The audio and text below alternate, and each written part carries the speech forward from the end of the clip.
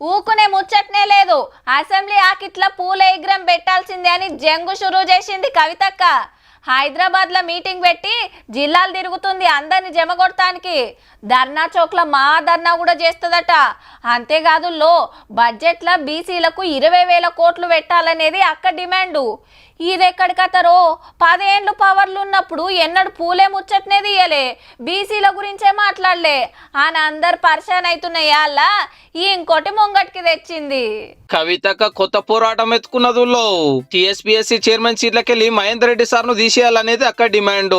ఎందుకో ఇటుకెళ్ళి ఎమ్మెల్సీ కవితక్క చెప్తుంది, అటుకెళ్ళి మంత్రి సురేఖ అక్క జవాబు చెప్తుంది. ఈయనొన్రే మాజీ డీజీపీ ఇప్పుడు టీఎస్పీఎస్సీ చైర్మన్ మహేందర్ రెడ్డి గారి మీద ఆరోపణలు వచ్చినాయి. ఏమని 1,00,000 కోట్ల రూపాయలు సంపాదించుకున్నారు మహేందర్ రెడ్డి గారు అని అవినీతి ఆరోపణలు వచ్చినాయి. మరి అవినీతి అధికారి అయితే మీరు ఆ రోజు ఎందుకు ఆయనను డీజీపీ స్థాయిలో కూర్చోబెట్టారని చెప్పి తక్షణమే మహేందర్ రెడ్డి గారిని టీఎస్పీఎస్సీ చైర్మన్గా తొలగించాలి, జ్యుడిషియల్ ఎంక్వైరీ ఆయన మీద వేయాలని చెప్పి డిమాండ్ చేస్తూ ఉన్నాను. లిక్కర్ స్కామ్ చేసిండా ఏమన్నా మహేందర్ రెడ్డి అని చెప్పి అడుగుతా ఉన్నాను. లేకపోతే టీఎస్పీఎస్సీ పేపర్లు లీక్ చేసిండా?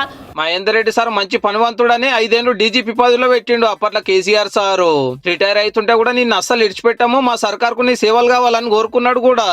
మిమ్మల్ని వదిలిపెట్టే ప్రసక్తే లేదు, మీరు సేవ చేస్తూనే ఉండాలి. ఏదో రూపంలో మారితే మీ డ్రెస్ మారుతుంది కానీ మీ సేవ మాత్రం అట్లే ఉండాలని కూడా కోరడం జరిగింది. మళ్ళా బీఆర్ఎస్ గవర్నమెంట్ వస్తే మహేందర్ రెడ్డి సార్ కు ఏదో ఒక పోస్ట్ ఇద్దురేమో. పేపర్ లీకులకు పరీక్షల రద్దుకు అడ్డాలెక్కైన టీఎస్పీఎస్సీకి మాజీ డీజీపీని చైర్మన్ చేస్తే ఇంటి దొంగలం పట్టేస్తాడని ఈ పోస్ట్ ఇస్తే అక్కనేమో గిట్లా అనబట్టే. కానీ పైసలకు పేపర్ లీకులు చేసిరు, కొలువులు అమ్ముకురని అప్పట్లో విద్యార్థులు జంగు లేపితే ఆ చైర్మన్ ను తీసేయలేదు, బోర్డు మెంబర్ మార్చలేదు, అక్క సపోర్ట్ చేయలేదు. కానీ కొత్త చైర్మన్ వచ్చిన 15 రోజులకే 1,00,000 కోట్లు సంపాదించిండు, తీసేయాలని అనుడే గమ్మతుంది. పోన్రే ఇక ఊకుకే కరెంట్ పోతున్నది, మా బాపుంటే అస్సలు పోనీయకపోవు అనుకొచ్చింది. ఇవాళ ఆంధ్రాలను తీసుకొచ్చి తెలంగాణ కరెంటు మలిపోయే విషయంలో మీరు ఊసబెట్టిరు. మరి కరెంట్ ఎట్లా వస్తుందండి, ఎట్లుంటుంది? ప్రాజెక్టుల టెండర్లు అవి కూడా మీరు ఆంధ్రాలో వాళ్ళకి ఇచ్చుకున్నారు. ఆంధ్ర వాళ్ళని పెంచి పోషించిందే కేసీఆర్ కుటుంబము, టీఆర్ఎస్ ప్రభుత్వం అని చెప్పి ఇక నిన్న సింగరేణిలో కారుణ్య నియామకాల జాబులు ఇచ్చిండ్రు కదా, దాని మీద మేము కొత్తగా సింగరేణిలో 400 ఉద్యోగాలు ఇచ్చినామని నిజంగా సిగ్గుచేటు. కేసీఆర్ గారు వచ్చి డిపెండెంట్ ఉద్యోగాలు ఇచ్చి 20,000 నియామకాలు జరపడం జరిగింది. 20,000 ఉద్యోగాలు పారదర్శకంగా ఇస్తే మరి మీ పార్టీకి 1,200 ఓట్లు మొన్న ఎట్లా వచ్చినాయని చెప్పి అట్లనే గీముచ్చటి నూనె ఆయన ఓటుకు నేటు కేసు వాదించిన మొత్తం టీం అంతటిని కూడా సుప్రీంకోర్టులో పోయి నింపుకున్నారు. మరి ఇదేం పద్ధతి? అడిషనల్ అడ్వకేట్ జనరల్ గా రజనీకాంత్ని నియమిస్తే నీకెందుకు భయం అని చెప్పి అడుగుతా ఉన్నాను. అందశ్రీ అన్న రాసిన జయ జయ హే తెలంగాణ పాటను రాష్ట్ర గీతం చేసినందుకు కవితక్క గిట్లా అంటుంది. ఆయన జై తెలంగాణ అని ఇంతవరకు అనలేదు.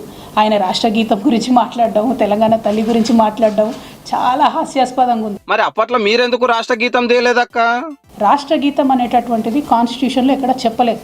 ఈ యొక్క రాష్ట్రానికి ఒక జెండా ఉండడం, రాష్ట్రానికి ఒక గీతం ఉండడం అన్నటువంటిది కాన్స్టిట్యూషన్లో ఎక్కడ చెప్పలేదు. ఆ కొత్త కాంట్రవర్సీ కొత్త రాష్ట్రానికి ఎందుకు పెట్టాలన్న ఉద్దేశంతో కేసీఆర్ గారు అటువైపు వెళ్ళలేదు. మరి గీ ముచ్చట ఎన్నడూ చెప్పకపోతిరేందక్క?